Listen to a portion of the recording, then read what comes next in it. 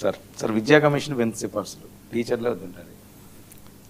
తెలంగాణలో ఆయన ఆకునూరి మురళి అని ఆయనతో ఒక కమిషన్ వేశారు కదా, విద్యారంగం దీన్ని చేయమని. నాకు మధ్యలో నేను కూడా ఒకసారి కలిశాను, మేము చాలా చేశాము, దాని మీద చాలా విలువైన ఇవి వచ్చాయన్నారు, అధ్యయనం అంతా బాగానే ఉంది. కానీ అందరూ ఒకసారిగా షాక్ అయిపోయారు. ఎందుకు అయ్యారంటే ఇప్పుడు అంగన్వాడీల గురించి చర్చిస్తున్నట్టే, అంగన్వాడీలు, ఆశా వర్కర్లు, స్కీమ్ వర్కర్లు, యానిమేటర్లు, మెప్మా వర్కర్లు వీళ్ళందరూ ఉన్నారనే చాలామంది తెలీదు.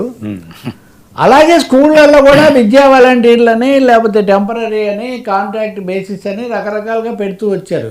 దీన్ని మార్చి పూర్తి స్థాయిలో టీచర్లను నియమించండి, పూర్తి స్థాయిలో ఇది ఆ పరీక్ష జరపండి అని పోట్లాడుతుంటే పట్టభద్రులు లేదా బీఈడి చదువుకున్న వాళ్ళు, మురళి గారు ఏమైనా సిఫార్సు చేసిందంటే కమిషన్ అసలు టీచర్లను నియమించకూడదంట, టీచర్లకు ప్రమోషన్ వ్యవస్థ అనేది ఉండకూడదంట, అసలు ఆటోమేటిక్ ఉండకూడదు. అసలు కేవలం 3 ఏళ్లకో 4 ఏళ్లకో తీసుకొని ఆ తర్వాత పర్ఫార్మెన్స్ బట్టి చేస్తూ ఉండాలి, తాత్కాలిక ప్రాతిపదిక మీద తప్ప టీచర్లను గనక ఒక శాశ్వత ప్రాతిపదిక మీద నియమిస్తే అసలు ఏదో విద్యారంగానికే న్యాయం జరగదన్న స్థాయిలో కాదు, ఈ మాటే చెప్పారు.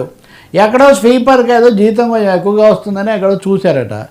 కానీ అసలు తెలిసి మాట్లాడుతున్నారా, నిజంగా అయితే ఇప్పుడు పాలకులు, మన ఐఏఎస్లు, ఐపీఎస్లు, ఇదిగో ప్రొఫెసర్లు వీళ్ళందరూ టీచర్లుగా చదువుకున్న వాళ్ళు కాదండి. టీచర్ అనేది బడిపంతులు అని ఎప్పుడో అన్న మాట దగ్గర నుంచి గురు బ్రహ్మ, గురు విష్ణు, గురుదేవో మహేశ్వర దగ్గర నుంచి అసలు గురువే వద్దు. ఇంకా అసలు వాళ్ళు కూడా తాత్కాలిక ప్రాతిపదిక మెడ మీద కత్తి ఎప్పుడు వేలాడుతుంటే వాడు ఏం పాఠాలు చెప్తాడు, ఎవరైనా ఏం చదువుకుంటారు?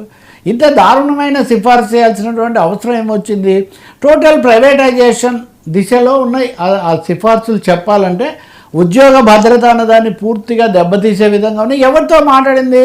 ఉపాధ్యాయ సంఘాలన్నీ దీన్ని వ్యతిరేకిస్తున్నాయి. వాళ్ళతో ఎప్పుడు మాట్లాడింది కానీ ఒక అర్థవంతంగా వాళ్ళ సలహాలు తీసుకున్నది కానీ లేదు. ఇంకా చాలా విషయాల్లో కూడా కొన్ని మెరుగుదలకు సంబంధించి నాణ్యత ఇట్లాంటివి చెప్పి ఉండొచ్చు, కానీ అసలు డైరెక్షన్, దాని దిశానిర్దేశము, ఆలోచన ధోరణి చాలా పొరపాటుగా నడిచింది. అందులో ముఖ్యమైనది ఇంకా ఉపాధ్యాయులు లేకుండా చెట్టు లేకుండా కాయ రావాలి, మొక్క లేకుండా పువ్వు రావాలి, ఏది నది లేకుండా నీళ్లు రావాలన్నట్టుగా ఉపాధ్యాయులు లేకుండా పాఠాలు, ఉన్నత విద్యలు రావాలి. అంటే ఏం చేయాలి అల్టిమేట్గా? ఇది కార్పొరేట్ విద్యకు,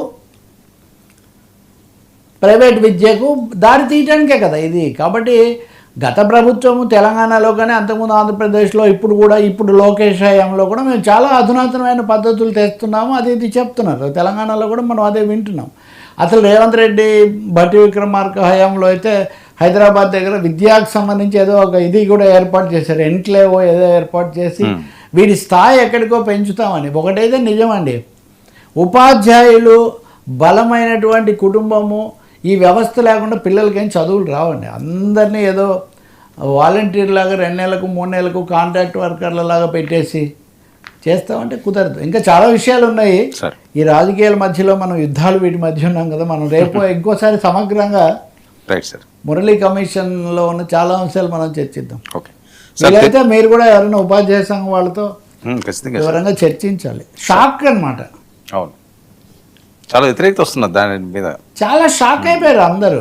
ఇటువంటిది ఎందుకు వచ్చింది, దీనికోసమే ఇంత సంస్కరణ చర్చ చేసింది అని. అంటే ఉరిమే ఉపాధ్యాయుల మీద పడడం ఏంటండి? ప్రతి ఒక్కరు కూడా గతంలో కూడా అంతే. ఫేస్బుక్లో ఉపాధ్యాయులు పాఠాలు చెప్పరు, మీడియా వాళ్ళు వార్తలు చెప్పరు, లేకపోతే పోలీసులు లాఠీ తిప్పరు. ఏంటి సార్ వీళ్ళు ఎవ్వరు చేయకపోతే వ్యవస్థ ఎలా పనిచేస్తుంది సార్? నాకు అర్థం కాదు. కొన్ని ప్రైవేట్ స్కూళ్ళు పెట్టినా ఏమీ అక్కడ కార్పొరేట్ బాస్లు వచ్చి ఏం పాఠాలు చెప్పరు. పాఠాలు చెప్పేది అక్కడ మళ్ళీ ఈ బీఈడీలు చదువుకున్న వాళ్ళు, ఈ ఎంఏలు ఎంఎస్సీలు చేసిన వాళ్ళ చులకన భావం. మధ్యతరగతి మనుషులు తమ విధి తాము తల వంచకుండా నిర్వహించుకుపోయేవాళ్ళు, లేకపోతే కొంచెం ఉత్సాహంగా ఉండేవాళ్ళు అంటే చులకన భావం. వాళ్ళు ఉండకూడదు, వాళ్ళు చేయరు. వీళ్ళు మటుకు వీళ్ళకి పాలకులు అప్పగించిన పనులు చాలా విధిగా నిర్వహించి ఇలాంటి నివేదికలు ఇస్తుంటారు. సార్ తెలుగునాడు పేరేంటి? గరికపాటి డైవర్షన్.